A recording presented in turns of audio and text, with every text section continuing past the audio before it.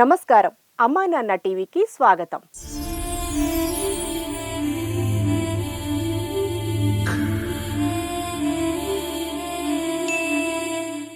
వందల మంది అనాథులను ఆదరించి వారికి 3 పూటల నాణ్యమైన భోజనం, వస్త్రాలు, వైద్య సేవలు అందిస్తూ ప్రశాంత జీవనాన్ని ప్రసాదిస్తున్న అమ్మా నాన్న అనాథుల పుణ్యక్షేత్రం ద్వారా తమకు తోచిన సహాయాన్ని అందిస్తూ ఈ అభాగ్యులకు అండగా నిలబడుతున్నారు ఎందరో దయగల దాతలు.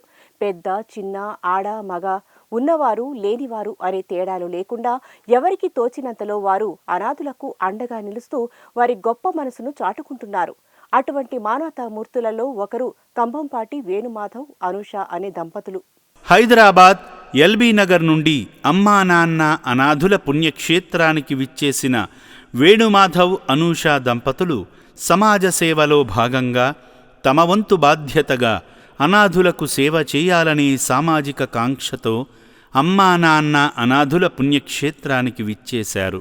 ముందుగా వేణుమాధవ్ గారు భక్తి మార్గంలో శ్రీ సోమనాథేశ్వరుణ్ణి దర్శించుకొని వారి పేర్లపై, కుటుంబ సభ్యుల పేర్లపై గోత్రనామమైన సూర్యకుల కొబ్బరి చెట్ల గోత్రంపై అర్చకులచే పూజలు నిర్వహించుకున్నారు. అనంతరం శ్రీ సోమనాథేశ్వర లింగానికి స్వయంగా అభిషేకం చేసి అర్చకుల ఆశీర్వచనాలు పొందారు.